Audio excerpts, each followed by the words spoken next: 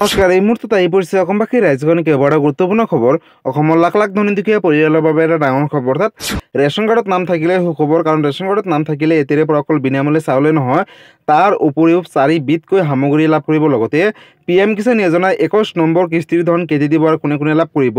লগতে 21 নম্বৰ কিস্তিৰ ধন 4,000 দিব নে 2,000 টকা দিব। লগতে অৰুণোদয় আঁচনি 3 নকলৈ কৰিলে বৃহৎ ঘোষণা। অহা 10 তাৰিখে লাখ লাখ মহিলাৰ বেংকত সোমাব 1,250 টকা। কিন্তু এই টকা লাভ কৰিব হলে মহিলাসকলে 3টাকৈ বিশেষ কাম কৰিব লাগিব। গতিকে ভিডিঅ'টো সম্পূৰ্ণকৈ চাওক আৰু ভালদৰে বুজি লওক। তো বলক ভিডিঅ'টো আৰম্ভ কৰোঁ। আৰু আজিৰ প্ৰথমটো খবৰ হৈছে ৰেচন কাৰ্ডক লৈ। ৰেচন কাৰ্ডক লৈ নতুন এটা আপডেট আহিছে। প্ৰথমতে আপডেটটো এবাৰ চাই লওক। 1 নৱেম্বৰ তাৰিখৰ পৰা ৰেচন কাৰ্ডৰ জৰিয়তে লাভ কৰিব চাউল, দাইল, চেনি, লগতে নিমখ আৰু গেছ চিলিণ্ডাৰ। সম্পূৰ্ণৰূপে সলনি হ'ল ৰেচন সংগ্ৰহৰ নিয়ম। নৱেম্বৰ মাহৰ ৰেচন সংগ্ৰহৰ বাবে জাৰি কৰিলে এখন বিশেষ জাননী। সম্পূৰ্ণৰূপে সলনি হৈছে ৰেচন সংগ্ৰহৰ নিয়ম। গতিকে ৰাজ্যৰ লাখ লাখ ৰেচন কাৰ্ডৰ গৰাকীৰ বাবে এটা ডাঙৰ খবৰ। নৱেম্বৰ মাহৰ পৰা নতুন পদ্ধতিৰে লাভ কৰিব চাউল, দাইল, চেনি, লগতে নিমখ। গতিকে ৰাজ্যৰ লাখ লাখ হিতাধিকাৰীসকলৰ বাবে এটা সুখবৰ। মুঠ 4 বিধ সামগ্ৰী লাভ কৰিব ৰেচন কাৰ্ডৰ গৰাকীসকলে এতিয়াৰে পৰা।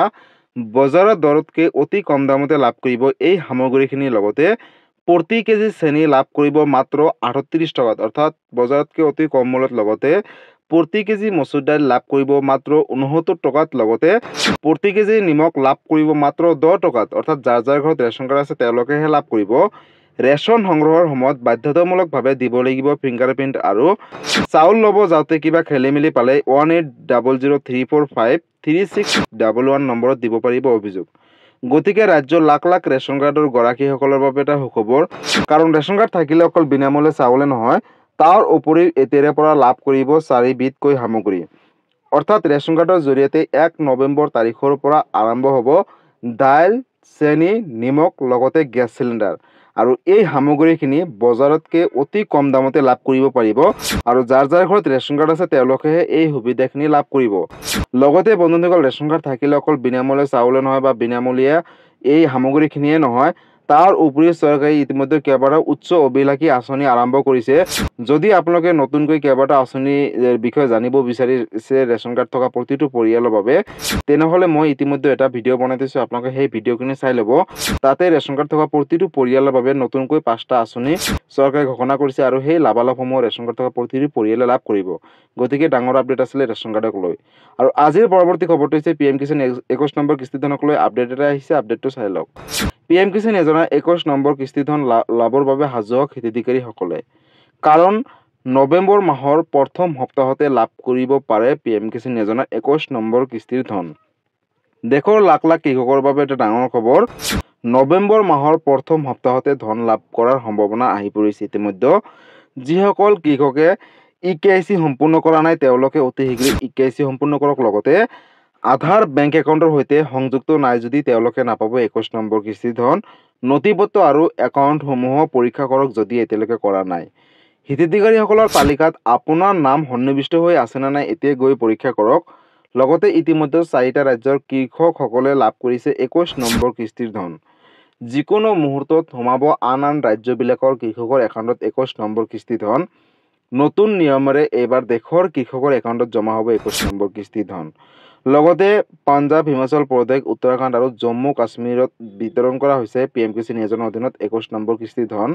বান আৰু বৰষুণৰ বাবে আগতীয়াকৈ দিয়া হৈছে 4টা ৰাজ্যত 21 নম্বৰ কিস্তিৰ টকা।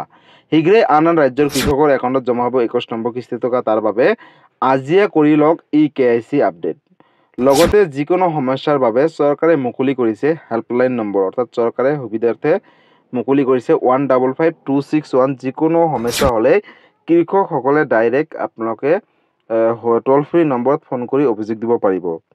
গতিকে ৰাজ্যৰ লাখ লাখ হিতাধিকাৰীসকলৰ বাবে এটা ডাঙৰ খবৰ। অৰ্থাৎ যিসকল কৃষক আছে তেওঁলোকে যদি 21 নম্বৰ কিস্তি ধন লাভ কৰিম বুলি ভাবিছে, 21 নম্বৰ কিস্তি ধন কেতিয়া দিব, কোনে কোনে লাভ কৰিব, লগতে কিমান টকা দিব। 21 নম্বৰ কিস্তি ধন প্ৰথমতে কৈ লৈছোঁ, 21 নম্বৰ কিস্তি ধন দিব 2,000 টকা। কিন্তু যিসকলৰ দুটাকৈ কিস্তি থাকিব তেওঁলোকেহে লাভ কৰিব 4,000 টকা। লগতে এই 2,000 টকা লাভ কৰিব হ'লে EKYC কৰিব লাগিব, বেংকৰ লগত আধাৰ কাৰ্ডখন লিংক থাকিব লাগিব। লগতে মাটিৰ জমাবন্দীটোত যদিহে আপডেট আছে তেনেহ'লে লাভ কৰিব। লগতে এই টকাটো নৱেম্বৰ মাহৰ প্ৰথম সপ্তাহতে দিয়াৰ কথা উল্লেখ কৰিছে, কিন্তু অফিচিয়েলি ডেট ঘোষণা কৰা নাই। কিন্তু আহিবলগীয়া 2-1ৰ ভিতৰতে ডেট ঘোষণা কৰিব। যেতিয়া ডেটটো ঘোষণা কৰে লগালগ এটা ভিডিঅ' বনাই আপোনালোকৰ মাজত অৱগত কৰিম, তাৰ বাবে চেনেলটোৰ লগত জড়িত হৈ থাকিব। আৰু আজিৰ পৰৱৰ্তী খবৰটো হৈছে অৰুণোদয় আঁচনি 3.0ক লৈ। অৰুণোদয় আঁচনিৰ নতুন এটা আপডেট আহিছে, আপডেটটো এবাৰ চাই লওক। আপুনি অৰুণোদয় আঁচনিৰ নতুন নে পুৰণি হিতাধিকাৰী?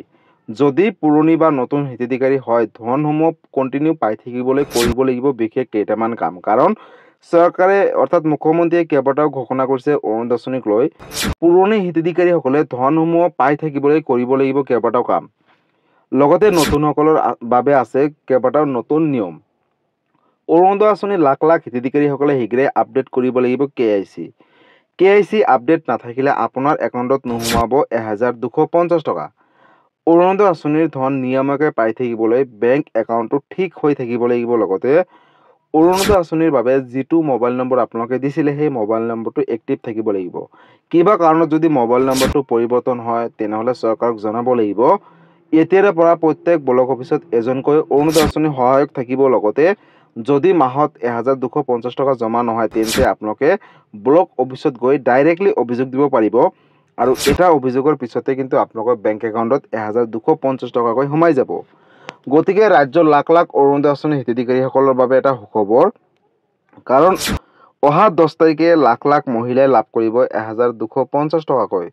আৰু এই টকা লাভ কৰিব হ'লে আপোনালোকে 3টাকৈ কাম কৰিব লাগিব। অৰ্থাৎ পোনপ্ৰথমতে বেংক একাউণ্টৰ লগত আধাৰ কাৰ্ডখন লিংক ৰাখিব লাগিব। যদিহে এতিয়ালৈকে এক্টিভ নাই বেংক একাউণ্টৰ লগত আধাৰ কাৰ্ড তেনেহ'লে এক্টিভ কৰক। লগতে আপোনালোকে বেংক একাউণ্টটোৰ KIC আপডেট দিয়ক। কাৰণ মুখ্যমন্ত্ৰী ডক্টৰ হিমন্ত বিশ্ব শৰ্মাই যোৱা কেইদিনমান পূৰ্বে ঘোষণা কৰিছে যে যিসকলৰ বেংক একাউণ্ট ঠিক হৈ নাথাকিব তেওঁলোকে নাপাব টকা। অৰ্থাৎ বেংক একাউণ্ট ঠিক ৰাখক, বেংকৰ লগত আধাৰ কাৰ্ড লিংক ৰাখক, লগতে মোবাইল নম্বৰটো আপডেট দিয়ক যদিহে দিয়া নাই।